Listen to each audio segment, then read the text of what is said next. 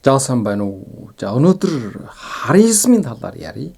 Ягаад гэх юм бол Оливиягийн бичсэн харизм гэдэг номыг худалдаж авсан. Тэгээ уншсан. Гэсэн ч гэсэн жоохон юу ярьснаас ойлгосонгүй. Энэ номын талаар ярьж тайлбарлаж өгөөч. Харизм гэж чухам юу юм бэ гэсэн ийм хүсэл тавьсан байна. Харизм бол бусдыг татах хүч юм байна. Тэгэхээр харизмтай байхын 7 давуу тал. Харизмтай хүн болоод харизмгүй хүн хоёр ялгаа. Харизмын 10 төрөл. Тэгээд харизмыг хөгжүүлэх 5 шатлалт арга. Ингээд 7 хоногод харизмтай болох хөтлөөр. Ийм сэдвээр ярив.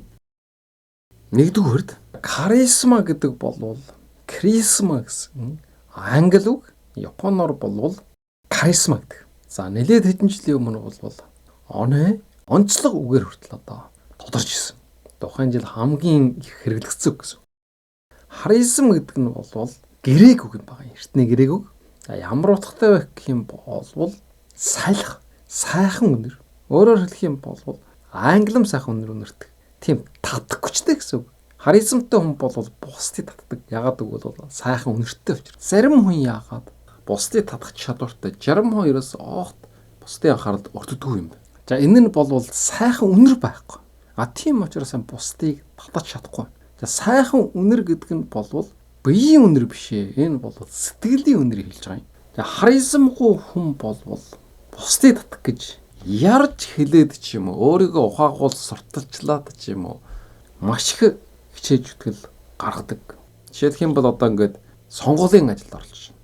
Компанид ажил жоохон байгуулад яраад илэрхийлээд шоу өнтер жоохон байгуулад бусдыг татах гээд өөрийгөө одоо борлуулах гээд орлоод байна шүү дээ. Гэтэл харизмтай юм бол тийм шаардлага байхгүй. Юу ч ярихгүй, юу ч хэлэхгүй, ямар ч үйлдэл хийхгүй байсан ч гэсэн бусдыг соронжин шиг татаж. За ийм гайхамшигтай орших гэсэн үг л дээ. За одоо харизмтай хүнээ 9 онцлог. Энийг ойлгох юм бол харизм гэж юм юу гэдгийг мэдэх болчиход. Харизмтай хүн бол сандардгүй, уужим, дуу хоолойн гүн, тогтун, тайван байдаг. За хоёрдугаард нь бол хүнийг анхааралтай харж бүрэн сонсдог.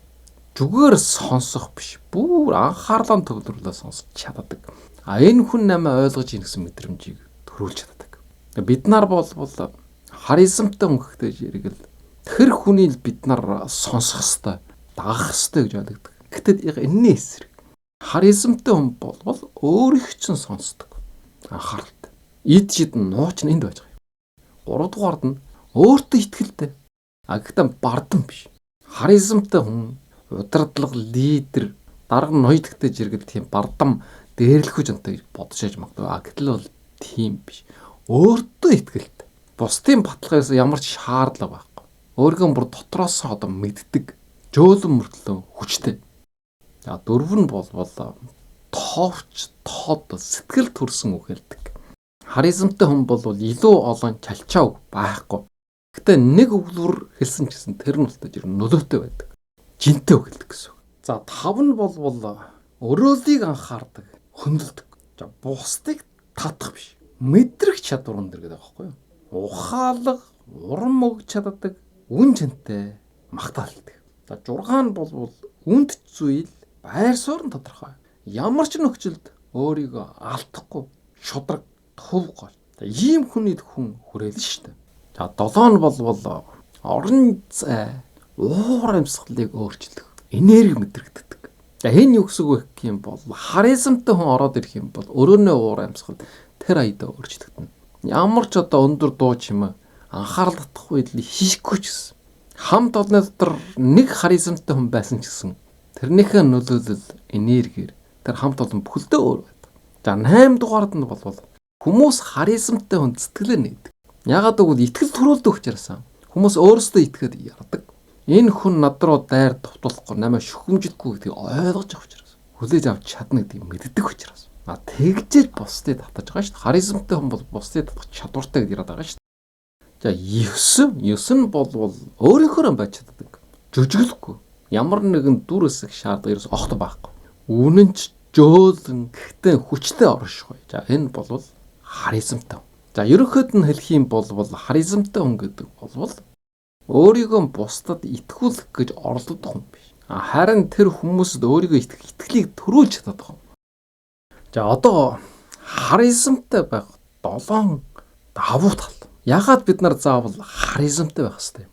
За энд бол 7 давуу тал байна. За эннийх нь нэг нь бол хүмүүс таны үгийг сонсдог, хүлээж авдаг болно. За бид нар жирийн хүмүүс, ямар ч харизмгүй хүмүүс бол ярьж лайдаг, яншч лайдаг гэсэн ч гэсэн өөрийн чинь үгийг хүмүүс хүлээж авдаг, тоодгоо. Одоо ёстой жив жинхнээсээ нохой 30 грамм 30 тийм ээ явдахаар явна гэдэг шиг өөрийн чинь хэлсэн үгийг болвол ерөөсөө хэлсэн дээр тосгосон шиг огт хүлээж авдаг. Ягаад гэвэл харизм байхгүй учраас. Энэ хүн бол юу хэлж ийнө гэдэг нь хамгийн гол биш. Энэ үг цохим хэний амнаас унав, хэн хэлж ийнө гэдэг нь чухал. Тийм учраас харизмтай хүний үг бол илүү жинтэй гэсэн. Ярихгүй байсан ч гэсэн энэ юу бодож байгаа бол энэ асуудлын талаар энэ хүн ямар байр суурьтай болов гэж хүсчүүлээд жийдэг. Эсвэл таамаглаж чаддаг. Энэ хүн байсан бодвол энэ асуудал ингэх байгаа. Ерөөсө хэлэхгүй ч гэсэн нөлөөтэй гэсэн. Одоо бид нар бол ингээл хэлээд яраад байгаа ч гэсэн ерөөсө сонсохгүй хүлээж авахгүй ойлгуулчихсан. Гэтэл харизмтай хүн бол ганчуу гэсэн ч гэсэн хүлээж авах. Бүр хэлэхгүй байсан ч гэсэн өөрөө жүжид бодлыг хөндөж үдэн жаа. Хоёрдугаард нь бол итгэл төрүүлдэг. Хүмүүс таны дагна. Харизмтай хүний бол хүн ходол ярддаг. Энэ бол итгэлтэй хүн гэж хүлээж авна. Тийм учраас ямар ч хүч тулахгүй байсан ч гэсэн өргөчн хүмүүс итгэж хүлээж авна. Бид нар хүнд ингэж итгүүлэх гэдэг ямар нэг юм ходолдог, боорлог, сарах гэдэг махан барж байдаг. Гэтэл биш шүү дээ. Харизмтай хүн бол тийм шаардлага байхгүй. Тэгэхээр бизнес багын удирдагч нард бол энэ чадвар маш чухал хэрэгтэй гэсэн үг л дээ. За 3 дугаард нь бол харизмтай хүн бол сэтгэл татам дур булан байдаг. За секс аппил биш гэж юм л да. Soul аппил. Өөрөөр хэлэх юм бол секси байдлаар нь татаж байгаа юм биш.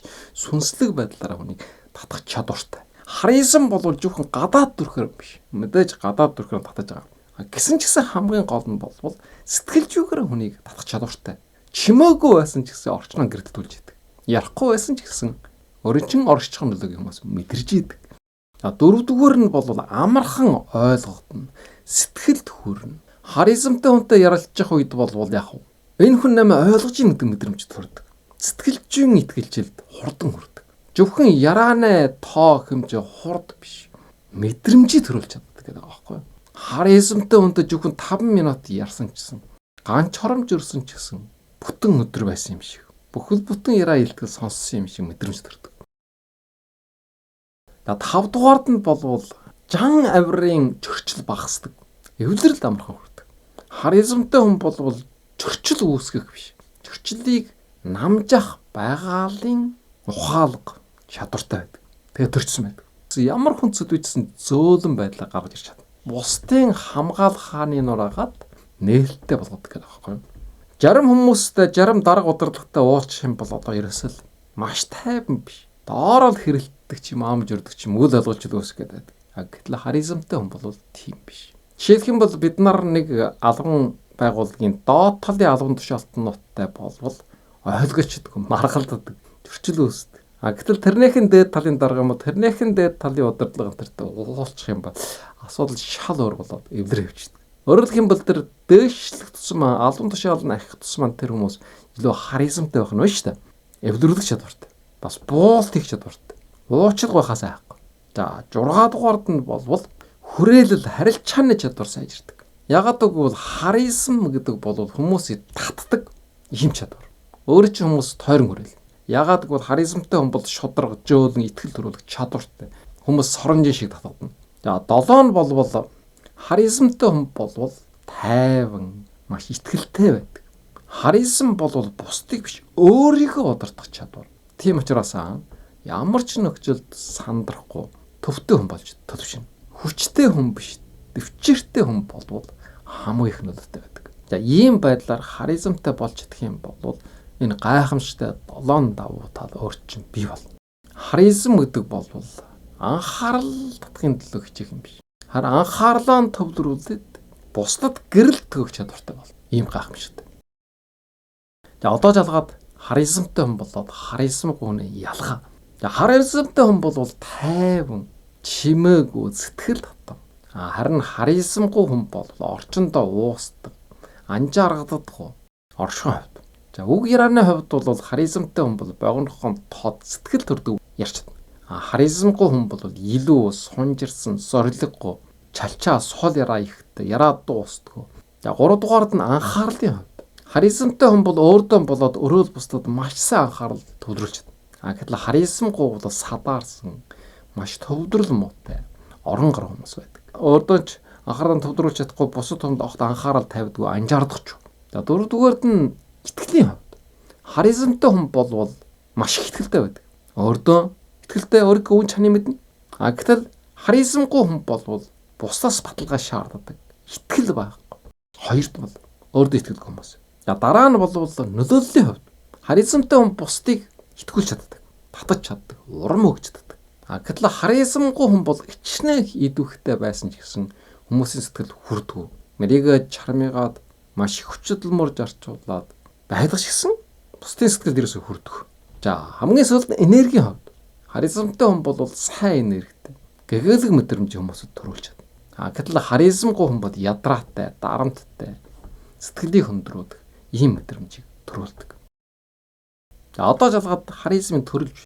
Харизм гэхтэй жиргэл тийм үг дуу чөөтэй, хөндөй дүнсгэр тийм хүн үгүй тийм биш. Харизмд бас олон төрөл байна. За нэгдүгээрд нь бол тайвшруулдаг харизм. Дэрэгдэн байх юм бол хүмүүс амардаг, тайвширдаг. Ухаалаг, ааж ухаан яраатай, төвлөрсөн ийм хүн байдаг. Чиний хажууд байх үед би тайвширдаг гэж хэлж байгаа юм бол та тайвшруулдаг төрлийн харизмтай байх. Хоёрдугаард нь урам зоргогддог харизм. Бусдад хүсэл тэмүүлэлд итгэлийг төрүүлж чаддаг. Хүчтэй, дуу хоолой, дүрлжсэн нүдтэй, алсын хараатай. Ийм хүмүүстэй хамт байх юм бол ухаарлаа. Ирээдүйн гэгээлэг харна. Их хүчтэй болно, идэвхтэй болно. За ерөнхийдөө бол миний хөтөлж явуулж байгаа энэ подкаст болвол урам зоргогддог харизмын даралд багтаж байгаа. Гэхдээ нэг хүн нэг л төрлийн харизмтай байна гэсэн үг юм биш. Хэд хэдэн төрлийн харизмтай хүмүүс бас зөндөө олон байж байгаа. За 3 дугаар нь бол оюунлах харизм. Логиктэй, ухаалаг байдлаараа бусдыг татдаг. Жишээлх юм бол шилдэг ном бол бас л одоо ухаалаг төрлийн харизмтай багтана. Тайлбарл сайтай, альваагийн шинжлэх чадвартай. За хүмүүс өөрийн чинь яриаг сонсоод юм ухаарсан гэж ойлгож байгаа юм бол оюунлаг харизмтай байх. За 4 дугаард нь бол эмжиг нээлттэй харизм. За энэ бол сэтгэлээ үннээр нь харуулдаг. Бусдын итгэлийг олдог. Илэн далангуй, нээлттэй, хуваалч дуртай. За шилдэг номын хувьд тийм үг бол тийм биш. Энд уйлаад ч юм уу, сэтгэл яраад ч юм уу тийм байдал байхгүй байгаа. За тэгж нөлөөлдөг инфлюенсерүүд бол байгаа шүү дээ. За 5 дугаард нөлөө бүхий харизм. Яг юу гэж чахаа мэддэг. Шууд илэрхийлж чаддаг. Дуу хоолой бата, шийдэмгэ, өөртөө итгэлтэй, ийм хүчтэй. Ийм хүчтэй лидерүүд бол олон байдаг. За 6 нь бол эргдүүлтэй, хөгжилтэй харизм. За энэ бас харизм юм. Орчиндоо гэрэл нэмдэг хөгжилтэй хүмүүс байна. Хонгон яраатай, инээдтэй, эерэг авраатай. За ийм хүн байх юм бол уур амьсгал төр чихэр одоо эерэг уур амьсгалтай болж харж идэг. За 7 нь бол даруу харизм. Даруухан чимээгүй гисэнчсэн хүнд бол үнэтэй сэтгэлийг төрүүлж чадна. Ихтих ярахгүй, бодлогоширсан, гүн мэдрэмжтэй. За гүн ханаач гэх хүмүүсүүд гэж ярьдаг. За 8 нь бол сэтгэл татам харизм.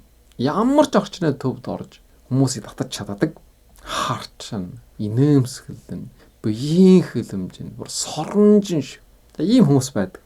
За 9 нь бол зөв шудраг харизм. Ёсож буй үнд зүйлэн баримталж чадж байгаа хүн бол бусдын хүндлийг хүлээж авдаг. Одоо төрд байгаа хүмүүсүүд дийлэг нь худалж хулгайч гэд ард түмэн шүмлээд байгаа шүү дээ. Гэтэл тхэн дотор бас ганц хоёрхан алтай шиг шудраг үннээр ард түмнийхэн төлөө, улсынхаа төлөө явж байгаа хүмүүс байж байгаа шүү дээ. Тэр хүмүүс үнэлж байгаа. Найз нөхөд албан байгууллага хамт олоод дундажсэн юм шудраг харизмтай хүмүүс байдаг. За 10 дугаард нь бол байгаалын харизм. Юу ч хийгээгүй байсан ч гэсэн бусдыг тайвшруулж нөлөөлж чаддаг байгаа байдлаараа тайван, овраатай, хиймэл биш. Ийм гайхамшигтай. Тэгээд төрчихсөн ийм харизмтай бас байна. За тэгэхээр зөвхөн нэг төрлийн харизмтай байна гэсэн үг биш. Тайвшруулдаг, энэ дээр нэмэх оюунлаг харизм, урам жаргал гэдэг сэтгэл татам гэдэг ч юм уу, даруй зөв шудар гэдэг ч юм уу, хосолсон харизмтай хүмүүс маш олон байж байгаа. За одоо жалгаад харизмыг хөгжүүлэх шаталсан 5 аргын талаар ярив. Бусдыг байгаагаараа одоо татах чадвартай. Энэ чадвард бол суралцж болно. Харизмыг бол сурдагж байна. Энэ хамгийн одоо гайхамшигтай харизмтай хүнийг сая оны ихэнд харсан. Тэр хэн байсан бэ гэвэл Байрон Трамп. Трампын хамгийн бага. Монголоор бол Баруун гэж бичиж байгаа. Баруун Трамп. Энэ жил 19 настай. Трамп ерөнхийлөгчөөр сонгогдоод ерөнхийлөгч болох ёслол дээр Трампаас илүү олон анхаарал татсан. За энэ хүн болов энэ Баруун. Хүмүүс маш их гайхалсан. Энд ч одоо их юм. Ямар гайхамшигтай харизмтай татах хүчтэй хүү вэ гэж. Би бас бүр олон дахин үжсэн гайхаад бишрээд өөрийн хүүгийг бас энэ залуугийг рол модель болгоо. Эний дураа. Эний шиг бай гэж сануулсан. Тэгэд удаа хамт үжсэн. За санаж байгаа хүмүүс байгаа байх гэж бодож байна. Тэр ёслол дээр энэ залуу маш удаан алхсан. Маш удаан хөдөлгөөн хийсэн. Юу ч ярааг гараараа ганц хоёрхан хөдөлгөөн хийсэн. Тэнд байсан ерөнхийлөгчөөр сонгогдсон өөрийнх нь аав Трамп. Тэгээд тэнд байсан Америкийн сор болсон удирдлагууд урлаг соёлын одоо тэр бүгд энэ Барууны хажууд ирсэн. Ямар ч нөлөөлөх өгч байгаагүй. Ямар ч харьяасан байгаа. Гэтэл биш үү? 8 жилийн өмнө яг энэ ёслол дээр Баруун болвол ямар ч харьяасан байгаагүй бүгд байсан. Тэсвэр төвжээр муутай. Эрхэлсэн, айсан, төвчээргүй. Гэтэл 8 жилийн дараа энэ дээр шал өөр болоод гарч ирсэн байна. Тэгэхээр энэ яасан байггүй Барууныхын ээж Малания жаасан гэдэг. Тэг сургасан. Яаж алхах хэвээр, яаж гар хөлөө хөдлөх хэвээр, яаж харах хэвээр, яаж үгэрх хэвээр. Энэ болвол чөмөр хүмүүс дээр гарч ирсэн. За тэгвэл одоо заалгаад яавал тэгж бусдыг юу ч яраагүй хэдхэн секундын дотор байлдан дагуулж чадах уу? Тийм харизмтай болох уу? 5 арга байж байгаа. За энэнийх нь нэгдүгээрт нь болвол орших чадварыг хөгжүүлнэ. Presence training. За энэ болвол яг гэвэл тухайн мөчөд тухайн хүнд 100% анхаарлаа төвлөрүүлэх ийм чадварыг хэлж байгаа. Бид нарын хамгийн том гаргад галдаа юу вэ гэх юм бол өөрийгөө ухаагуулж сурталж чадах анхаарлын төвд орох гэж чармиж байдаг. А гэтэл биш шүү дээ. Хүн ерөөсөө өөрөө ч огт тоодгож өгөх өөрийнхөө боддог. Өөрд маань анхаардаг басаа намайг анжаараач гэж хүсдэг. Тийм учраас харизмтай хүн хамгийн нэгдүгээр хийх ёстой зүйл нь юу гэхтэй зэрэг харилцаж чад тэр хүнд 100% фокусыг хэрэгтэй анхаарал төвлөрөх хэрэгтэй. Баруун яасан бэ? Бүх хүмүүсийг тойруулаад харсан. Дараа нь өөрийнхөө гарыг чихнийхээ хажууд тавиад та нарын ярихыг сонсч шүү. Дахиад цанга дугаар хэлээч гэж анхаарлаа хандуулсан байна шүү дээ. Хэдхэн секундын дотор тэр хэдэн 100,000 хүнд анхаарлаа тавьж чадчихсан. Чихэн олон руу харуул та нарыг сонсч шүү гэдэг мессеж өгсөн байгаа шүү дээ. Тэр өөр лугаа жагаагүй шүү дээ. Манай зарим дуучид энэ дээр гардаг хүмүүсүүд өөр лугаа жааж идэг шүү дээ хуруугаа гаргахад. Би хамгийн мондоо шүү гэдэг. Тэгвэл яг тэр ах шнаас л өөрөө чинь хинч тоохон байна. Тийм учраас яг энэ чадвар яаж хөгжүүлэх вэ гэдэг зэрэг яралчж явах үед дотор хэлэх хэрэгтэй. Зөвхөн энэ мөчл чухал шүү. Тэгээд тэр яралчж байгаа эсрэг талдаа байгаа хүнээ нүдрүүн тайван ухаалга байдлаа харах хэрэгтэй. Ярьж тайлбарлахаас илүү сонсох хэрэгтэй. Тэр хүн юу ярьж, юу хэлж. Тэгэх юм бол яг ярьж эхлэхгүй байсан ч гэсэн бусдад итгэлийг төрүүлдэг. За, хоёрдугаар дотоод төв тэнцвэр гэдэг зүйл байгаа. За, inner calm бол хитрхээ их эрх хүчтэй биш. Гол нь болтой зэрэг тайван байх. Тэр Баруун болтой зэрэг басна бичлэг дээр байж. Яг робортыг алхаж байгаа юм. Маш удаан тайван олон юм. Өөрийнхөө хөдөлгөөнийг удаашруулсан бичлэгээр харуулж байгаа юм шиг. Тийм байдалд унгааж хөдлөх. За, энэний төлөө яг хөвгтэй зэрэг амьсгалаа 4 секунд хүчтэй аваад 6 секунд гаргах. Энэ тасгалыг өдөр болгон 5 минутыг хэрэгтэй. Тэгэх юм болвол ийм тайван байдлаа бож. Төвдөж яар сандарч байгаа хүмүүс болвол харьяасангүй. Хүмүүсийн татах чадвар байхгүй. Удаан үгэн жөөж эхэлж байгаа. Удаан хөлөөн жөөж тавьж байгаа. За энэ болвол бусдыг татах хамгийн хүчтэй бие хэлэмж. За 3 дугаард нь болвол үгийн чанар дууны өнгө цогт. За энэ болвол voice болоод word control.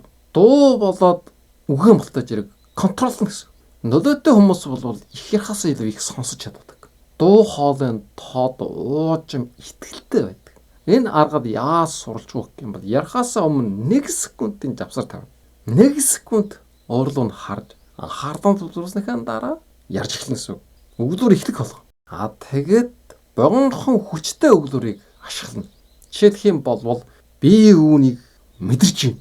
Би итгэлтэй байна. Том дуугаар хоолойгоор яар. Тэгээ шингэн яман хоолойтой хүмүүс бол байдаг. Гэсэн чигсэн тэр болвол бас нэг нөлөөлөх чадвар байхгүй, харьяасан. За 4 дугаарт нь харааны хүндэтгэл болоод анхаарал. За энэ юу гэх юм бол charismatic eye contact гэдэг зүйл хүнээ нүднээ харж болвол харилцааны бүр 180% бүрдүүлдэг гэж байгаа юм да. Гэхдээ энэ болвол өөдөөс нь чоо ширтэн гэсэн үг биш. Ярьж явах үед заавал өөдөөс нь харж явах хэрэгтэй. Тэгэхээр яаж харах вэ гэдэг зэрэг 3 секундын дурш зүүн талынхын нүд рүү анхаарлаа төвлөрүүл харна. За энийг бол мартаж болохгүй заавал чэйлэх хэрэгтэй. Энэ маш их утга байгаа. Баруун талын нүд биш, зүүн талынхын нүд. Тэгээ хэдэн секунд харах вэ гэж 3 секунд харна. Тэгээд дараа нь нүднийхээ харчийг баруун талынхын нүд рүү шилжүүлэх, эсвэл өөр жилд рүү шилжүүлэх. Эргээд дараагийнхаа өгдөр итгэх үед эргээд зүүн талынхын нүд рүү 3 секунд харчаа шилжүүлж тогтоож харах хэрэгтэй. Яраа илтгэл хийж их үед нэг ярааныхаа норгыг хараад уншаад байгаа хүмүүс ирсэн огт анхаарал татаад өгөө. Гэтэл ярааны норг харахгүй өөдөөс нь хараад ярьж байгаа хүмүүс болвол ярьж байгаа агуулгын тим гүнж биш гэсэн хүмүүс маш их анхаарж идэг. Энийг хэлж байна. За энэ болвол юу гэсэн үг вэ? Би чамаа анхаарж байна гэсэн мессежийг өгч байгаа байхгүй юу? Ингэж нүдэрээ холгодно. Хүн юугаар холгодох вэ гэдэг нүдэрээ холгод. Гар утас болвол юугаар холгож байна? Wi-Fi-аар холгож, антеннаар холгож. Гэтэл хүн болвол юугаар холбогддог юм бэ? Нүдэрээ холбогддог юм. За 5 дугаард нь өөрийн үн цэн үжил санаагаа илэрхийлдэг. Илэрхийлж сурах. Authentic expression.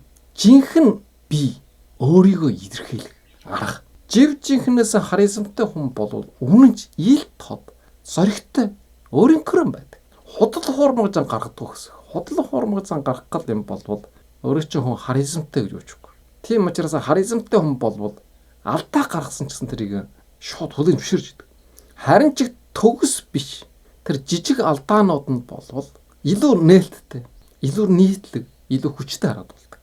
Тэгвэл яг хүмүүс өөрөө чинь өөртөө адилхан мэдэрч эхэлнэ. За энэ дээр нэмээд бас 3 жижиг аргыг хэлье. 1-р нь бол маш тайван байдлаар толгойгоо тогтдог. 2-р нь инээмсэглэл 2 секундаас илүү удаа хугацаанд үргэлжлэх хэрэгтэй. За 3-р нь бол чиний хэлсэн зүйл надад маш их нөлөөллөө гэдэг ч юм уу. Ийм байдлаар магтаалын үг хэлж гэр. Хүмүүс яадаг вэ? Харизмтай хүнээс үнэлэг авах гэж боддог. Юунд хамгийн их баяртай байдаг? Дарга удаардлага намаа ингэж үнэлсэн гэдэг ч юм уу. Хүлээж авсан гэдэг ч юм. Сэтгэл өндөр байдаг. Тийм учраас чиний хэлсэн үг надад их нөлөөсөн гэдэг ч юм.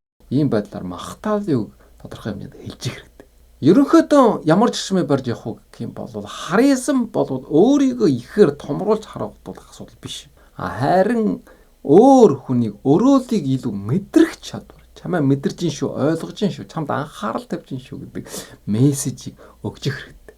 За ийм хүний хүн үнэлдэг, хөндлөдөг юм байна. За одоо тэгвэл салахад саяын ярьсан энэ 5 аргийг 7 хоногийн дотор төлөвшүүлж болно. 7 хоногийн хөтлүүрийг ярив. За эхнийх нь өдөр болвол орших чадвараа хөгжүүл. За орших чадвараа хүмүүжүүлнэ гэдэг нь юу гэх юм бол анхаарлаа төлөвлөх хэлж. За өнөөдөр уулзсан бүх хүмүүсэд өөрийнхөө анхаарлыг хандуулна. Яг тухайн мөчтөө уулзж явах үед ерөөсөө утас тэгээд элдв бодол энэ старлуудыг бүгдийг хаана тийм байдлаар харилж гэнэ гэсэн. Утсаа хаажгаад өөр юм яралгуу бодлого зөвхөн тухайн хүнд анхаарлаа хандуул. Дотроо мөлтөж ирж өөх энэ мөчөлж явах шүү. Зөвхөн энэ хүндэл анхаарлаа хандуулна шүү гэж. Тэгж хэлнэ. Ярьж явах үедээ утсан тэр шалгаад юм өөр зүйл хийж болохгүй. Бүр яраагийн сонсож явах үед юу гэж хариулах вэ? Энэ тухайч бодоод хэрэг байхгүй. Зөвхөн сонсно. Сонсод дуусаад хамаг сүүлийнх нь үгээд давтаж хэлнэ гэсэн. Ийм байдлаар оруулах хэрэгтэй. За энэ бол нэгдүгээр өдрийн даалгавар. За хоёрдугаар өдөр нь бол тайван байдал суралж байна. Өдөрт 3 удаа өглөө өдөр ороод 5 минут амьсгал дээр нь төвлөр. Тэгж амжихгүй юм аа гэхэд 5 минут нэг удаач болтугай. 4 секунд үүнжээ амьсгаад 6 секунд амьсгалан гаргах энэ дасгалыг. За энийг бол ганцхан 2 дахь өдөр биш. Өдөр болгон хийж их хэрэгтэй. Тэгээ хүмүүсийг дурах хэрэгтэй. Тэр тайван хүмүүсүүдийн бичлэгийг үжээд тэрийг дураагаад аалхаад ярьж үжээд. Одоо би бол Трамп баарууны яриад байна шүү дээ. Тэр бичлэгийг заавал гаргаад та бүгд үжээрэй. Ойрын хэдэн жил бол ирсэн би тэр баарунаас өөр тийм харизмтай хүний хараагүй юм байна. Яраа болоод биеийн хөдөлгөөнийг бол тэр удаашруулсан бичдэг шиг тийм хэмжээнд хийж сурах, контрол хийж сурах. Энэ нэг чухал. Хүүхэд дүүнрий бол хэтэрхий удаан байна, удаан хөдөлгөөнтэй байна гэдэг шүгэмжилдэг. Энэ буруу. Бүр илүү удаан хөдөлгөөнтэй байх. Харизмтай болъё. Жишээлх юм бол би бас нэг Япон хүний мэддэг юм байна. Миний нэг найз бол. Мэдлэх үедээ болтой жир Ohio gozaimasu. Ганцхан сайн байна уу гэдэг үг хэлэхэд сайн гэдгийг хэлгээд дараа нь байна уу гэдгийг хэсэг секундээр хэлж байгаа. Энэ ч л болтой жирэг энэ хүн харизмтай тайван байна гэдгийг илэрхийлээд байгаа юм бол та. Ерөнхийдөө бол удаашруулсан хурдтай, өргөлдөлттэй, домд нь пауз авсан байдлаар тэгж ярина. За 3 дугаар өдөр нь бол сонсох чадвар болоод нүднээ анхаарал. За өнөөдөр бол хүмүүстэй уулзаж яралцах болгоо ихтэй зүүнүүдийн 3 секунд харна. Тэгжээгээд ярна гэдэг. За энийг бол бүр мартахгүй хэрэгжүүлнэ. Ингээд хэлсэн үгнийхэн төгсгөлийг болтой жирэг давтаж хэлнэ. Жишээлх юм бол сүүлийн үед би ерөөсөн өөрийгөө сайн ойлгохгүй болчихлоо гэж нөгөө тал хэлж л дээ. Тэгэхээр хариуд нь болтой жирэг. Сүүлийн үед өөрийгөө ойлгохгүй болчихсон юм. Ийм байдал. За 4 дугаар өдөр нь болтой жирэг дуу хоолойнд анхаа. Өгдөрөн бол тод, том, хамгийн сайн болтой жирэг чэйжэрээ. Энэ нам доор хоолой гэдэг бол хүмүүсийн нөлөөлөх чадвар маш сайн байдаг. Аюулгүй мэдрэмт төрдөг гэдэг байгаа шүү дээ. Жишээлх юм бол арслан энэ төр хүрхрээд байгаа шүү дээ. За энэ бол хүчтэй байгааг илэрхийлж чэйжэрэнд орно. Гэсэн чсэн заавал хэн болгоныг арслан шиг хүрхрээд чэйжэрээ яриад гэж юм бол биш. Яг хөөхтэй жирэг тодорхой тод айжмт ингэж ярих хэрэгтэй. За 5 дугаар өдөр нь бол үгийн хүчийг ашиглах. Impactful words. Бусдын сэтгэлийг ойлгож чинь мэдэрсэн гэдэг үгүүдийг хэрэглэ. Тэр нь юу гэхтэй жирэг би мэдэрж ийн өөрийг чинь. Надад бас яг ийм тохиолдол байсан гэдэг чинь. Олон үг хэлэхгүй өнөөдөр контрол хийн. Чөөхөн жинтэй хэдэн үг хэлнэ. За ийм дасгалыг хийнэ гэсэн. За 6 дугаар өдөр нь бол өөрийнхөө үн чаныг илэрхийлэх. Өөрийнхөө юу бодож байгааг нь жөөлөн эвтэйхэн илэрхийлж сурах. Энэ их чухал. Харизмтай хүн бол өөрийнхөө байр суурийг илэрхийлж идэг. Би ийм байр суурьтай байна.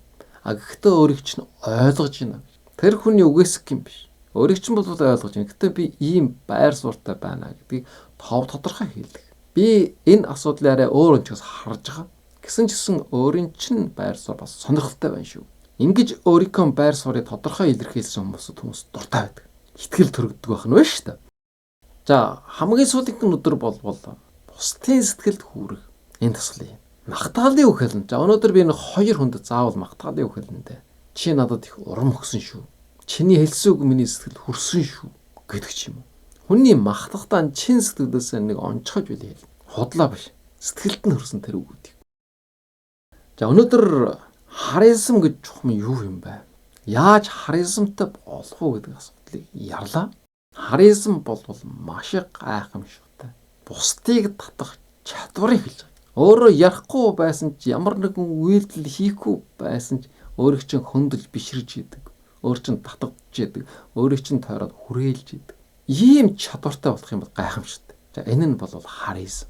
За харизм бол аурагаас ялгаатай. Аура бол өөрийн биенээс ялгарч байгаа энерги, гэрлийг хэлж байгаа. Тийм зүйл байдаг гэж яриад байгаа юм. Бас янз бүрийн гэрлийг сачруулж идэг. За энд бас сурж иж болно. За энд бол өөр бясалгалаар хийх ажил. Гэтэл харизм бол тийм биш. Сэтгэлзүйн асуудал. Энд сурвалжч бол. Ингээд харизмтай байх 7 давуу тал ярьсан. За тэгээд бас харизмтай хүн болоод харизмгүй нэг ялгаахыг хэлсэн. Тэгээд 10 төрлийн харизм байдаг гэж бас хэлсэн. Тэгээд дараа нь бол харизмыг хөгжүүлэх 5 шилэлттэй аргыг танилцуулсан. Хамгийн сүүлд нь харизмыг хөгжүүлэх 7 хоногийн хөтөлбөрийн тухай ярьлаа. Энэ бол маш их чухал сэдв. Зөвхөн өөрийн асуудал биш. Өөрийн үр хөвгтийг шавнарыг хүмүүжүүлэхэд бас их тус болно. Харизмгүй хүн бол их өчүүхэн хүмүүс шиг харагддаг. Тэгээ бусдыг нөлөөлөх чадвар баг. Тэгээ хүнд доромжлогж яадаг, басамжлагж яадаг. Гэтэл харизмтай хүн бол энэнийх нь эсрэг юм байна. Амьдрал дээр бас харизмтай хүн гэдэг бол маш олон давуу талтай. За, анхаарал тавьж сонссон та бүхэнд маш их баярлалаа.